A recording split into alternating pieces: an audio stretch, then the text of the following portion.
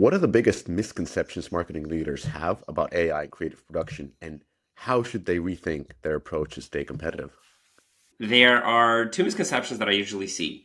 The first is that people assume AI will turn out creatives and content ready to go without any sort of human input, and that they think AI replaces creativity entirely. If you think about AI as a great way to handle repetitive tasks, then all of a sudden you free yourself from a lot of tedious creation, and then you can focus your energy on strategy, on storytelling, and so on. Another misconception is that adopting AI means you will lose brand voice and you will lose your storytelling and how cohesive you are. But in fact, the best AI solutions out there should enhance your brand guidelines, not overwrite them. The last thing I've seen is that some marketers still choose between quantity or quality, and they see AI as a quantity helper, but not a quality helper. And again, the market, I think, will reward marketers who are aggressive with testing. So my advice is to use AI as a partner and not as an autopilot solution. Let it handle all of the tedious stuff so your teams can actually invest more time on creativity, on building compelling stories, and really building memorable brand experiences for users. Mm. Misconceptions are that people think it's just plug and play. You don't have to be really creative, but you will lose all the control. You'll get crazy brand six finger ads, and it's really a quantity play, but that's not the case. So these kind of misconceptions given, how do you see AI revolutionizing ad creation and optimization? One thing that I'm really excited about is the level of personalization that we can reach at scale. And this has never been done in videos before. If you think about it, my dad and I drive the same car, but will we appeal to the same ad for the car? It's very unlikely. So marketers have to stop thinking about what is the perfect ad and start thinking about what set of ads and what set of variations will deliver on brand lift or performance, whatever they're after. And this has been done with static images a while back, and people optimize their creatives programmatically. But it's now possible to deliver on that same promise in videos, which is the biggest consumed media out there. Um, so that's the topic we're the most excited about, how you're able to personalize videos to appeal to every single user and not have to choose one direction for your entire company. And so this personalization comes from the fact that it's easier and faster to produce ads through AI. And because it's easier, cheaper, faster, more effective, that allows you to have more creatives, and more creatives allows you to be more personalized for different segments. And not only that, if you think about the UGC market, in the past, if you wanted to A B test content with UGC, you would have to be very meticulous because if you hired an actor to record a video and you wanted 3 weeks later to just change some item of that video, you would need to get the same actor in the same outfit with the same hairstyle, with the same level of energy, and maybe adapt the messaging. That's incredibly hard to do, and most marketers stopped doing it or never did it in the first place. And so certainly it allows you to have a clear control over what set of variables you want to play with in your video and keep everything else the same. And that's a big one because it allows you sort of a management of the creatives, even after creatives have been done, by going back to them, modifying, changing things that you think could be done better without actually increasing your production costs. That's exactly right. And that's one of the things that we see customers realizing more and more. In the past, it was shoot it and forget it. And now it's a continuous cycle where they start producing, there's a baseline, and then they add on to that baseline with more content, different content, altering existing content. And it's a continuous cycle to get a stream of creatives that make sense for their audience. And let's talk about brands because in a podcast, Gamecraft podcast, that they were talking about AI and they brought this interesting kind of bear and bull case of AI. The bull case of AI, they were saying that you would be able to make games basically through prompts. And then the bear case, which they consider to be more likely, is that the market gets flooded with subpar titles that are essentially taking away space from mediocre titles, but they're at the same time boosting the big IP games. So everything gets flooded that is mid to low, but the games with those brands, they're known to be of higher quality and they just get more demand because people know that they're going to be as promised. And so when we take this analogy into brands in creatives in marketing, do you think this kind of same thing could happen where the market just gets flooded with similar ads as we've actually been seeing? And then the branded ads, somebody who's using Monopoly or Assassin's Creed or Call of Duty kind of stands out from the mass produced with AI. What's your take?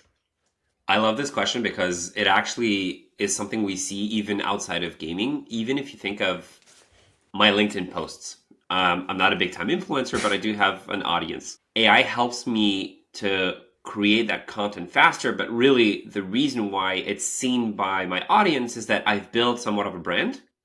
And that's going to win in the long term for companies that are strong on IP.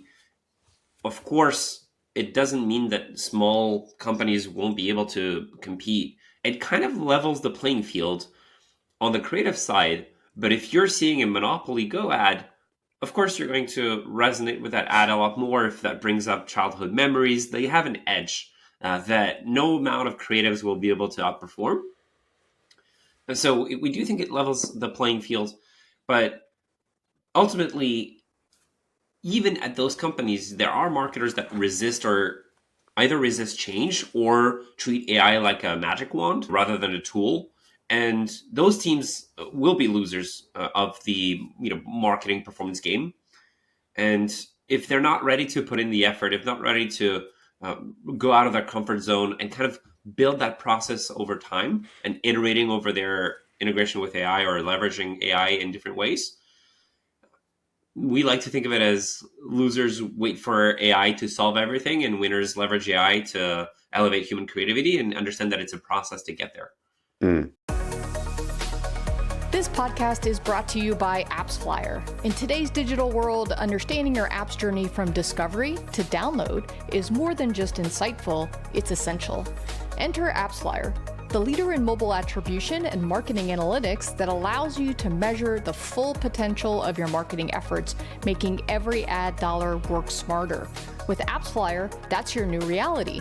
Dive deep into data-driven insights that reveal exactly where your users come from and how they'll interact with your app. AppsFlyer, where your app's potential meets performance. But if you would have to, on a short term, make a call, do you think that brands are net gainers of the AI marketing revolution or losers? Winners 100%. Only because their brand power is so strong, and if they use Mhm. AI to amplify that, that's an amazing result they're going to see. I liked Brian Chesky, Airbnb CEO's take on brand marketing in general. His words were that brand marketing is like the equivalent of lighting up a room with a big chandelier, and performance marketing is having lasers pointed at a very specific direction. So if you wanted to lit up a room, you wouldn't use a bunch of lasers. You would probably use a chandelier. That's a very efficient way to light up the room. Mm. And brands have that chandelier power that no small time company has. And so the small time company has to go with the laser strategy. And so if the brands use a chandelier to light up the room, and then they use lasers whenever they need to, they can use AI to actually light up the room a lot faster and shine in the world of gaming a lot faster. Well, let's talk about volume then. So AI tools enable marketers to, as you said, scale production and scale personalization by just being able to produce more. So what's the right balance between volume and creative quality? I think the balance lies in setting clear creative guardrails. When you build a set of creatives, whether it's brand voice or visual standards or narrative style, AI can handle a lot of the mechanical tasks like editing, like I previously mentioned. But humans still need to ensure each piece of content feels authentic, feels on brand. And that's the sweet spot. I like to think of it as, if you look at a set of videos that you produce with AI, ask yourself, are we sharing a compelling story to the end user? And is that story cohesive? Does it make sense as a whole? If so, it's game on and you can scale. If not, you're probably a little bit too much on the performance side and probably a little too focused on the testing rather than the chandelier analogy I shared earlier, which is absolutely fine for companies that do not have a brand. They don't have a choice. So then it's no longer, if you don't have a monopoly, go brand, go performance, and go very aggressive on testing. And I don't think there should be any limits there. But if you do have a brand you want to leverage and keep and entertain and grow, then I think setting up clear creative guardrails for the team ensures that they're able to evaluate the content and be sure that they thumbs up the content that's actually cohesive with the brand story. So if you're building a brand, of course, have brand guidelines and use those brand guidelines in your creative production. Actually, pretty simple to integrate with your AI production tools. If you don't have it, go buck wild. There's no amount of volume that is too much. Is that what you're saying? Correct. And we see across the board companies spending a little bit of money on marketing. The smaller companies who spend 20K a month, 50K a month, 100K a month, small media budgets in the grand scheme of things. And we see them producing a lot more creatives than some of the bigger companies out there, because they understand, well, if I don't have a brand, I have to let the market figure out what creative is going to perform for me and what's going to drive my user adoption. And so we see them producing, on average, 2 to 3 times more in creative content, although they're spending, 10 times less, 100 times less, 1,000 times less than some of these marketers. You've talked about volume and you talked about personalization. Those two things, together with A/B testing, kind of don't compute in my head.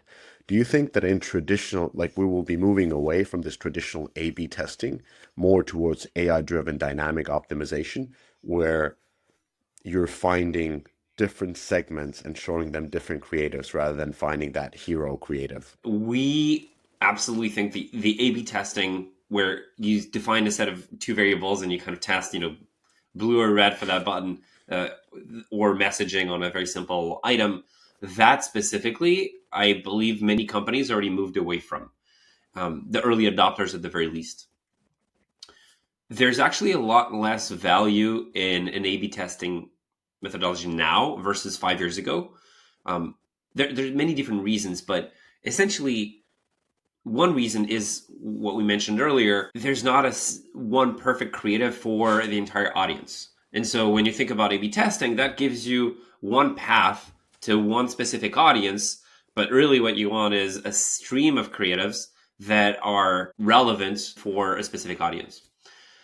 The other thing is the richness of data in video content, which is now the most consumed media, is so much higher than in images that if you wanted to properly A/B test, you would have to isolate the most important variables. You would have to test many different combinations of those variables.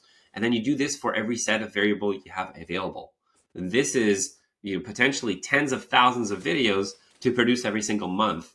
And no matter how excited we are about early adopters and how we are about performance marketers testing a lot of content, we do have a few customers who are at that scale, but we only have a few customers who are producing, at that level. Other than that, it's very hard to do.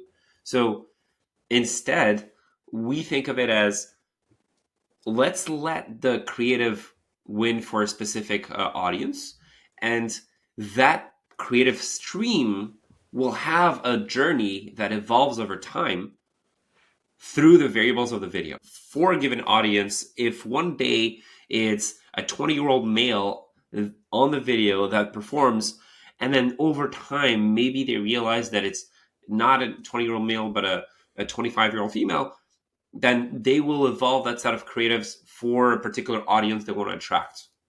So it's no longer an A/B test, but rather, what are the variables you want to play with? And once you define your stream of creatives, what are the variables you want to actually deploy to attract a specific type of user? That's really key here. I've used the analogy, at least when we're talking about A/B testing in games. Use the analogy of ice cream. So I'm a father of two, so that's on the menu all the time. And it's almost like you have the chocolate, the strawberry, and vanilla, and you're doing the test and you're figuring out which ice cream is the most like. Well, vanilla is preferred by 55% of the kids. So everybody gets vanilla, but there's 45% who actually would have preferred chocolate. And so with this personalization approach, essentially what you're saying is find the ones that like their type of ice cream and serve them that ice cream. And that way you will have a broader audience because everybody is getting what they actually want rather than taking what the majority wants. I absolutely love this analogy. I've never heard this analogy before. I Hmm. will absolutely reuse it and steal it for myself and quote Yes. you when I do. Web stores. You've seen what good looks like, but have you seen great? AppCharge is the direct-to-consumer platform backed by the likes of Supercell and built by monetization pros from Moonactive, Playtika, Huge Games, and others. People who know the difference. AppCharge powers over $500 million in transaction a year for top studios, optimizing every detail.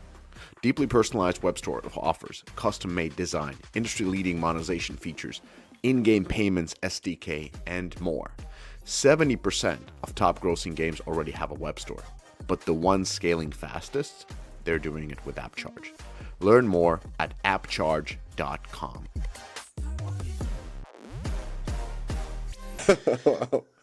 Well, you're welcome. Well, the other part about this is of course the predictive analytics. How do you think marketing leaders can ensure that they're using the right insights in the most effective way rather than just accumulating insane amount of data? You can only optimize what you measure or what you use. And what I encourage companies to do is implementing predictive analytics with the understanding that you're going to pay a lot of money, you're going to spend a lot of time, and it's not going to work.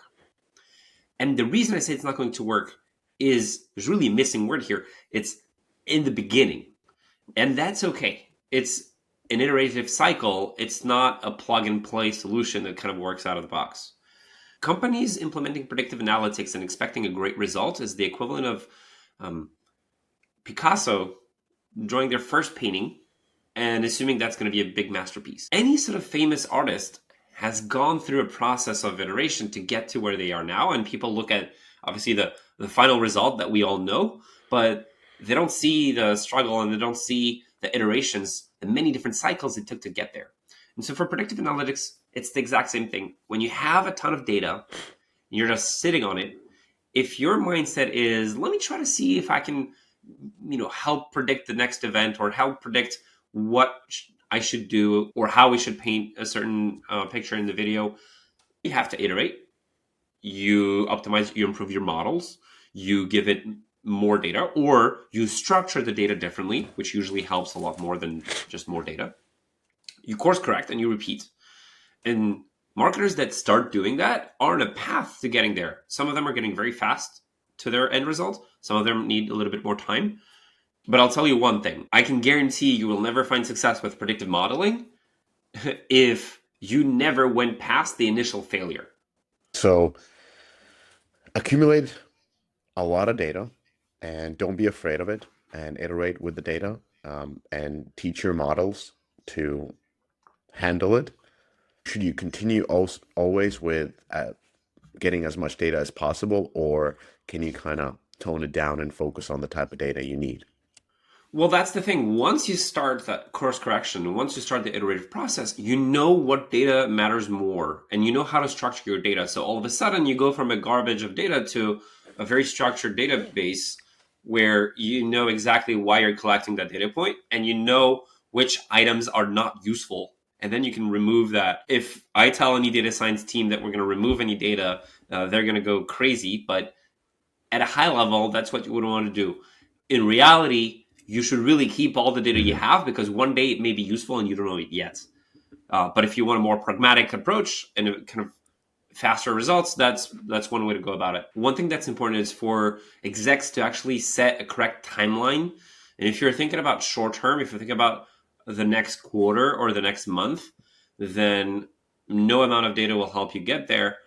And so it's up to the leaders of the company to set up a timeline where they actually share with the team, hey, we have the next 3 years where we want to get this right.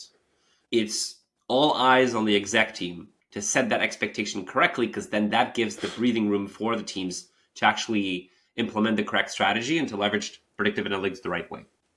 So there seems to be somewhat of a change of what is expected from a marketing leadership. Data fluency is becoming one of the competencies that is required from the marketing leaders. So looking ahead just a couple of years, what are the new skills or roles a marketing leader should prioritize to stay competitive in this very AI-driven environment? Certainly the role is evolving, and it's not just about hiring data scientists. We need a new breed of marketers who combine two skill set, really the creative component and the analytical side of the business. And I think we'll see more creative strategists who can brief AI models very effectively, plus marketing technologists who really excel at integrating tools, third-party tools, into actionable workflows. It doesn't negate, the typical skills you would expect in a marketer, things like empathy, storytelling. Those remain irreplaceable, but I feel like there will be more and more AI ethicist or an AI governance lead role emerging to make sure that there is ethical usage of the data, to make sure that they're using the right tools.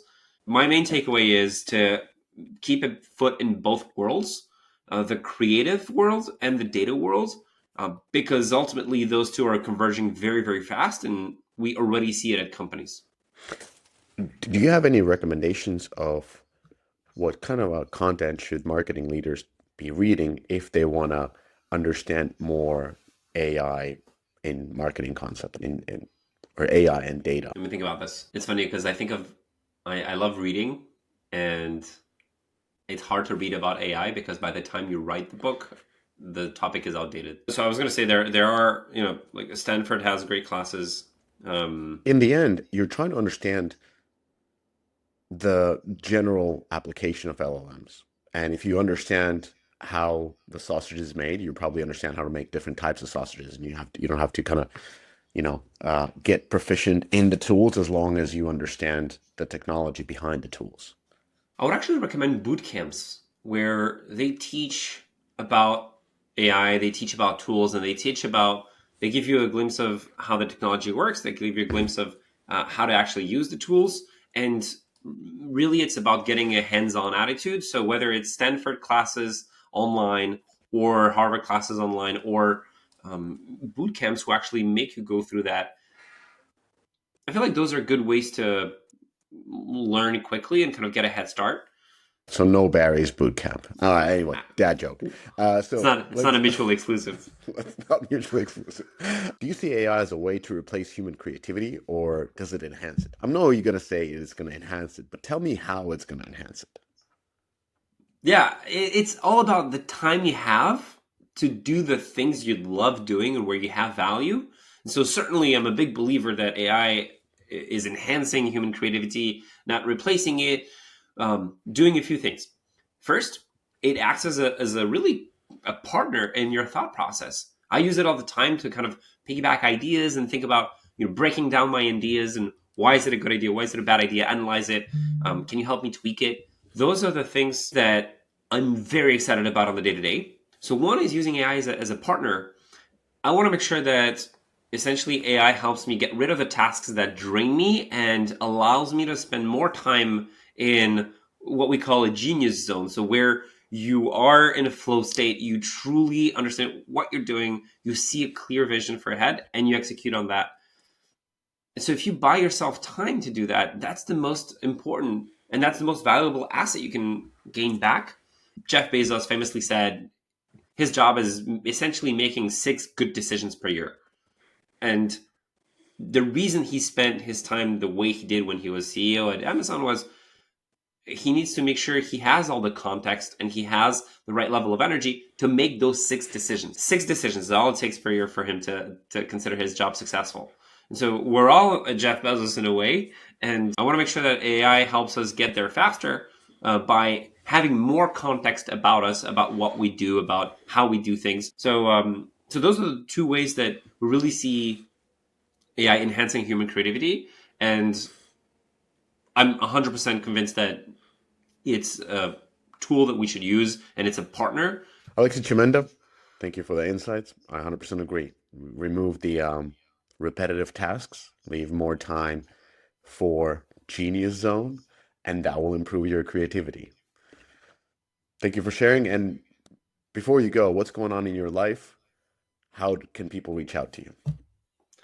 Well, I'm very passionate about content creation and AI for marketing. They can reach out to me on LinkedIn in the link below at alex@poolday.ai, like a day at the pool, poolday.ai.